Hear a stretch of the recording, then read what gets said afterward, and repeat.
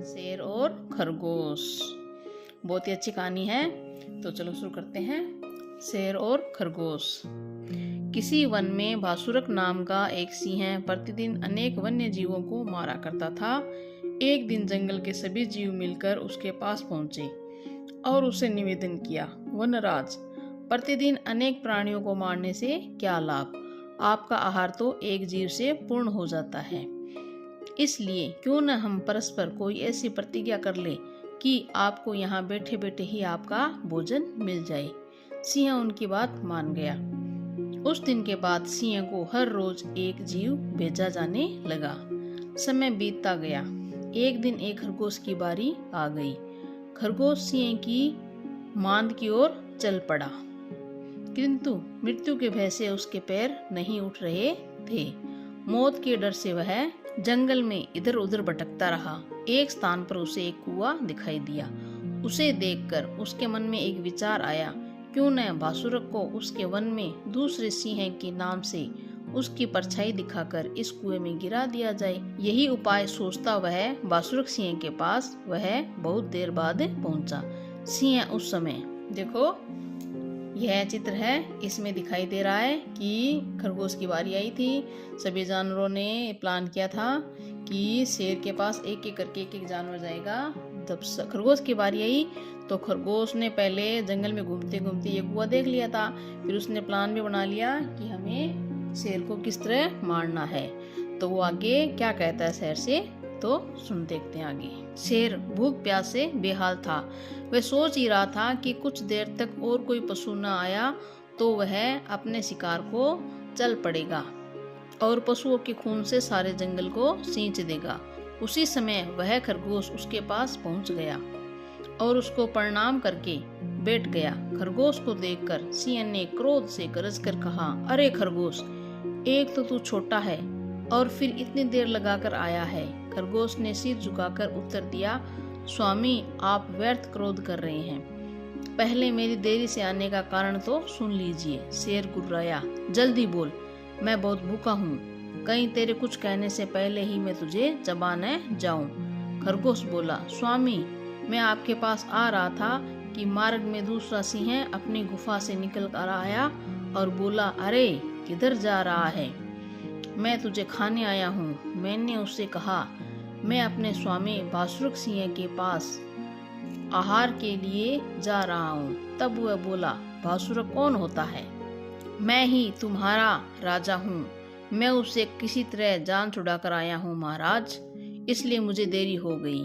यह सुनकर भासुरक बोला, ऐसा ही है तो जल्द से मुझे उस दूसरे सिंह के पास ले चल। आज मैं उसका खून पीकर ही अपनी भूख मिटाऊंगा। खरगोश ने कहा, ठीक है, यदि स्वामी का यही निर्णय है तो आप मेरे साथ चलिए। ये कहकर खरगोश भासुरक को उसी कुएं के पास ले गया। आइए मैं आपको उसकी सूरत दिखा दूं। खरगोश भासुरक सिंह को कुएं की मेड़ पर ले गया। भासुरक ने झुककर झांका तो अपनी ही परछाई दिखाई दी। उसने समझा यही दूसरा सिंह है। तब वह जोर से गरजा। उसकी गरज के उत्तर में कुएं से दुगनी गूंज सुनाई दी। उस गूंज को दूसरे सिंह की गरज समझकर भासुरक उसी क्षण कुएं में कूद पड़ा और वहीं जल में डूबकर उसने प्राण त्याग दिए। खरगोश ने अपनी बुद्धिमत्ता से सिंह को हरा दिया। वहां से लौटकर वह अन्य जीवों की सभा में गया। उसकी चतुराई जानकर और सिंह की मौत का समाचार सुनकर सभी जानवर प्रसन्नता से नाच उठे। शिक्षा, बुद्धिमानी से अपने से अधिक बलवान को भी पराजित किया जा सकता है। तो देखा आपने किस तरह से खरगोश ने अपनी बुद्धिमानी से जंगल के सभी जीवों के जो विनाशकारी थे, जो सभी जीव जिसे डरते थे, उस सिंह को उसने मरवा दिया अपनी बुद्धिमत्ता से और सभी जीवों को भय मुक्त कर दिया। तो इसी तरह हमें भी अपनी बुद्धि से ही काम लेना चाहिए। अगली कहानी का नाम है दर्जी और हाथी। एक दर्जी था जिसका नाम दयासागर था।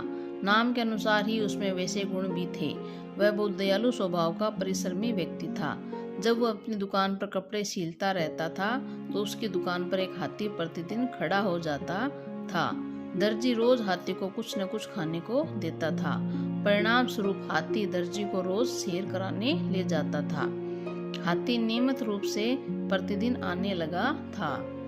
एक दिन दर्जी किसी काम से बाहर गया हुआ था, इसलिए वह दुकान पर न आ सका। उसने अपने लड़के से दुकान पर बैठने के लिए कह दिया था। लड़के ने जैसे ही दुकान खोली तो हाथी रोज की तरह उस दिन भी दुकान के पास आकर खड़ा हो गया। दर्जी का बेटा बहुत शैतान था। हाथी ने जैसे ही उसकी तरफ अपनी सूंड बढ़ाई तो लड़के ने हाथी की सूंड में सुई चुभो दी। हाथी को बहुत गुस्सा आया और चुपचाप चला गया। वह एक तालाब पर गया और उसमें से गंदा पानी अपनी सूंड में भरकर दर्जी की दुकान पर लौट पड़ा। लड़के ने हाथी को अपनी दुकान की ओर आते देखकर सोचा, यह फिर दोबारा आ रहा है। अब की बार इस हाथी की सूंड में इतनी जोर से सुई चुभूंगा कि फिर यह इस तरफ नहीं आएगा।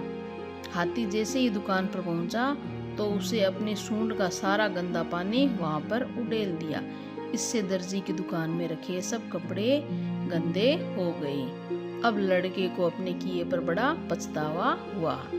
शिक्षा, हमें जानवरों से छेड़छाड़ नहीं करनी चाहिए। ये देखिए चित्र में हाथी है, वो तालाब से गंदा पानी भरकर लाया था और उसने दुकान पर उड़ेल दिया।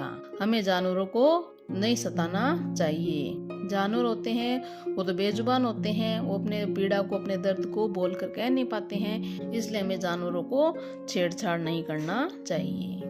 अगली कहानी का नाम है किसान के बेटे। एक गांव में बिरजू नामक किसान रहता था। बिरजू के 4 बेटे थे। बिरजू बहुत मेहनती और दूरदर्शी स्वभाव का था, जबकि उसके बेटे निकम्मे, कामचोर और आलसी स्वभाव के थे। बिरजू किसान बूढ़ा होता चला गया और उसके बेटे जवान हो गए। बिरजू के बेटे अभी भी उसी पर निर्भर थे।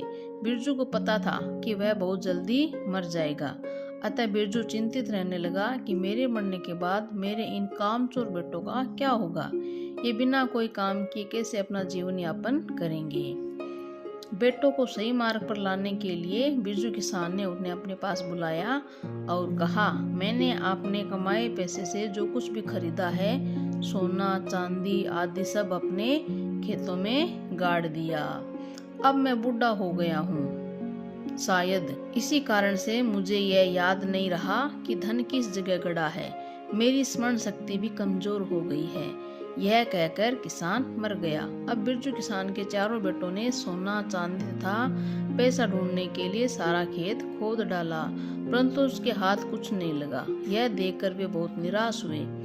एक दिन वे चारों अपने पिता के मित्र के पास गए और उनको सारी बात सुनाई। यह सुनकर बिरजू का मित्र बहुत खुश हुआ।